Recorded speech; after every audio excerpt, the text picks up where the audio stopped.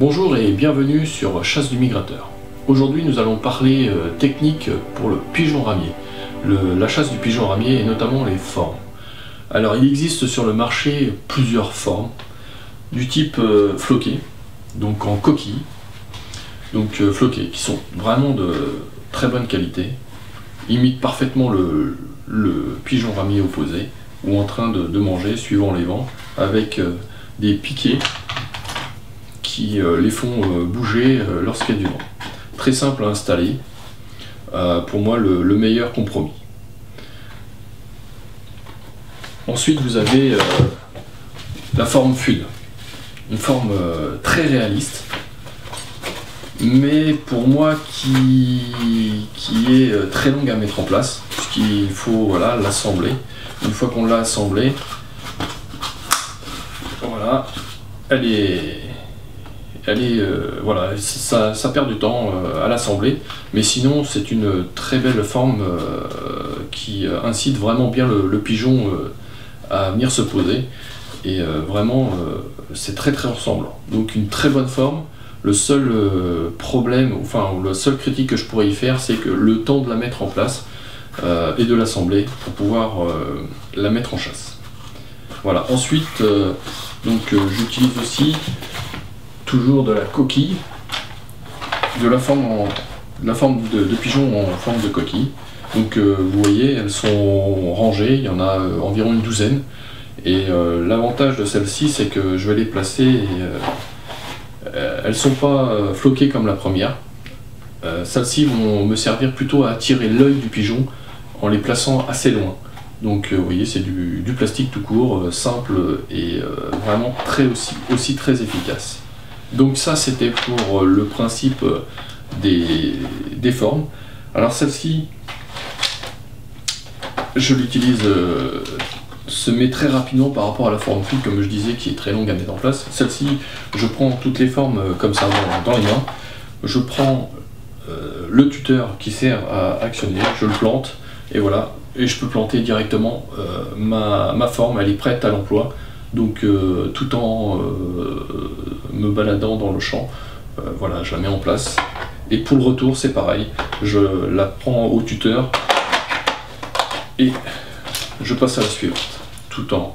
Donc voilà, un gain de place, rapidité à mettre en place, vraiment des formes à avoir au moins pour une vingtaine de formes comme ceci. Donc voilà, ça c'était pour la présentation des formes. Maintenant nous allons voir le nombre. Donc comme je vous disais, moi j'utilise environ 20 formes plates, comme ceci. Donc 2 x 10. J'utilise une douzaine de formes FUD, parce que malgré tout, malgré qu'elles soient assez longues à mettre en place, elles sont très efficaces. Donc écoutez, il en faut au moins 6 quoi, pour pouvoir intéresser vraiment et faire poser le pigeon quand on veut vraiment le poser. Et enfin, il en faut quelques-unes des formes floquées, parce que si jamais un jour vous chassez dans un champ de blé qui commence à être repoussé, celles-ci sont bien plus visibles puisqu'elles sont plus hautes que les formes FUD, malgré leur piqué assez surélevé. Donc celles-ci vont pour la pose, vraiment devant le poste, alors que les autres seront étalées un peu plus loin pour pouvoir attirer l'œil du pigeon lorsqu'ils sortent du bois ou qu'ils sont seulement intéressés par la pièce. Donc ça c'est pour les formes. Ensuite nous avons les flaps. Qu'est-ce que c'est qu'un flap? En fait c'est une forme de pigeon avec les ailes en planeur. Donc forme efficace aussi qui attire l'œil du pigeon. Il faut en avoir au moins une. Donc vous avez ce modèle-ci qui tient avec des petits crochets et avec une tige en fibre très souple qui va le faire bouger avec le vent. Donc c'est une forme à utiliser forcément quand il y a du vent ou en planeur, mais quand il n'y a pas de vent, c'est moins efficace.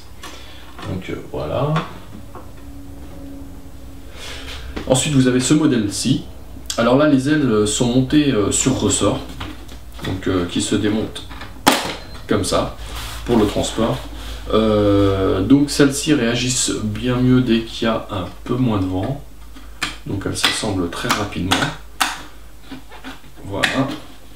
Pareil que celle-ci, vous avez un tube en acier, vous avez une fibre, une tige en fibre qui vient se mettre ici, et avec le vent, et bien ça se balade et ça bouge avec le vent. Vous voyez, donc il n'y a pas besoin de grand chose pour pouvoir faire actionner les ailes, et c'est aussi très attractif pour les pigeons.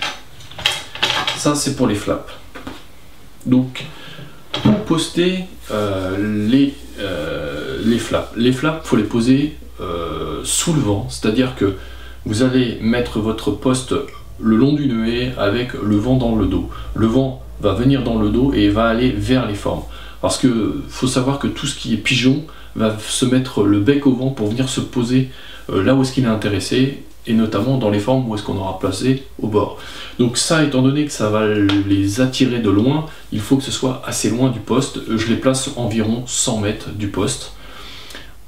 J'utilise la technique anglaise, donc c'est-à-dire que je vais faire une forme de fer à cheval, environ 30 mètres de distance d'écartement entre les deux fers, enfin le fer à cheval. Je vais utiliser une distance de 30 mètres environ entre les deux, de manière à faire un espèce d'entonnoir que les pigeons vont emprunter à l'intérieur et se retrouver à bonne distance de tir pour pouvoir les tirer au niveau du poste.